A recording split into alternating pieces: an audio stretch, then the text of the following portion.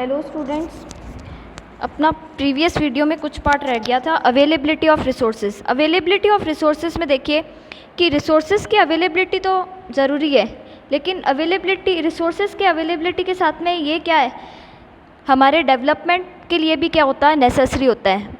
लेकिन but merely availability of resources in the absence of technology institutions में hinder development. कि सिर्फ resources की अवेलेबिलिटी होना ही काफ़ी नहीं है, उन रिसोर्सेज की अवेलेबिलिटी के साथ साथ में हमारे पास में क्या होनी चाहिए, टेक्नोलॉजी होनी चाहिए, इंस्टीट्यूशन होने चाहिए, ताकि हमारा डेवलपमेंट क्या नहीं हो सके, हिंडर नहीं हो सके, उसके अंदर कुछ बाधा ना हो सके।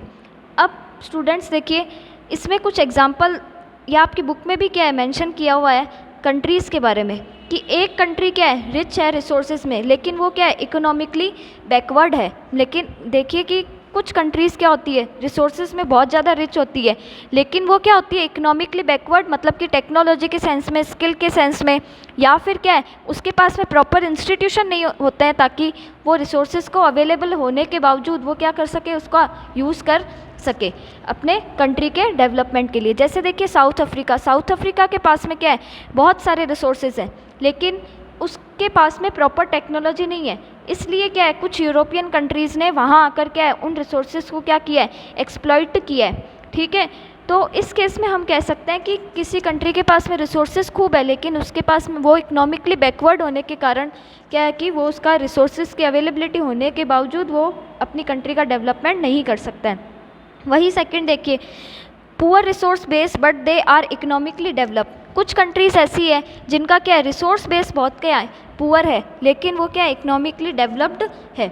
जैसे ब्रिटेन हो गया, ब्रिटेन क्या है, पुअर रिसोर्स बेस है उसका, ठीक है ना, हर जगह वहाँ पर क्या है, सॉल्ट वाटर मिलेगा, लेकिन वो इकोनॉमिकली डेवलप्ड होने की वजह से, टेक्नोलॉजी उसकी अच्छी होने की वजह से, ऐसे मतलब अनइवन रिसोर्स या फिर बहुत कम रिसोर्स होने के बावजूद वो क्या है, डेवलप कंट्री कहलाता है। ठीक है ना, या फिर अपने कह सकते हैं रिसोर्स के बेस पे अभी भी वो क्या है, डेवलप कंट्री कहला रहा है, क्योंकि उसने अपनी टेक्नोलॉजी का इम्प्लीमेंट कर कर वहाँ पर क्या है, अपनी कंट्री के लोगों को क्या है, रिसोर्स अवेल कराए हैं। जैसे हिस्ट्री ऑफ कॉलोनाइजेशन अगर हम देखें कि हमारी कंट्री में भी क्या है, बहुत सारे क्या थे, रिसोर्सेज थे, लेकिन कुछ फॉरेन कंट्रीज़ आई या फिर कुछ क्या है, ब्रिटिश लोगों ने क्या कर लिया था, हमारी कंट्री को क्या बना लिया था, अपनी कॉलोनी बना ली थी, और उन्होंने आकर यहाँ पर क्या है, हमारे रिसोर्सेज को क्या किया था, एक्सप्लॉइट किया था। तो इस बेसिस पे हम कह सकते हैं कि mere availability of resources is not necessary, but we should have the proper technology and proper skill to use that resources.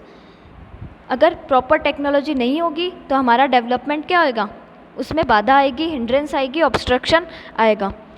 तो अब देखिए, हमने डेवलपमेंट भी कर लिया रिसोर्स में, लेकिन महात्मा गांधी ने एक बात कही है कि रिसोर्सेज का हमें क्या करना चाहिए, कंजर्वेशन भी करना चाहिए, क्योंकि हमारी मदर अर्थ ने हमको क्या है, बहुत सारे रिसोर्सेज एज अ गिफ्ट दिए हैं, हमारे नेचर ने हमको बहुत सारे रिसोर्सेज गिफ्ट किए हैं, लेकिन एक समय आएगा जब वो क्या है, रिसोर्स पूरे तरह से क्या हो जाएंगे, डेप्लीट हो जाएंगे।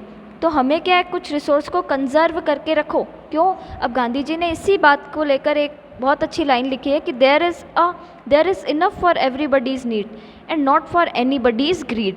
कि मतलब हमारी अर्थ के पास में सभी के नीड को, सभी के ज़रूरत को पूरा करने के लिए काफ़ी है, लेकिन किसी पर्टिकुलर बंदे की ग्रीड को पूरा करने के लिए, लालच को पूरा करने के लिए चीज़ें नहीं हैं। कि एवरीबडी नीड को सेटिस्फाई करने के लिए अर्थ के पास में बहुत सारे रिसोर्सेज है, लेकिन किसी की ग्रीड को, लालच को पूरा करने के लिए चीज़ें नहीं हैं। तो स्टूडेंट्स, हम क्या कह सकते हैं कि रिसोर्सेज को कंजर्व करना हमारे लिए क्या है, बहुत ज़्यादा क्या है, एप्रोप्रिएट चीज़ है। इसी को लेकर गांधी जी ने एक बहुत अच्छी लाइन लिखी है। ठीक, आगे का पार्ट जो है वो अपने इस चैप्टर का वो कल मंडे को रीड करेंगे। तब तक के लिए good bye, have a nice day, thanks.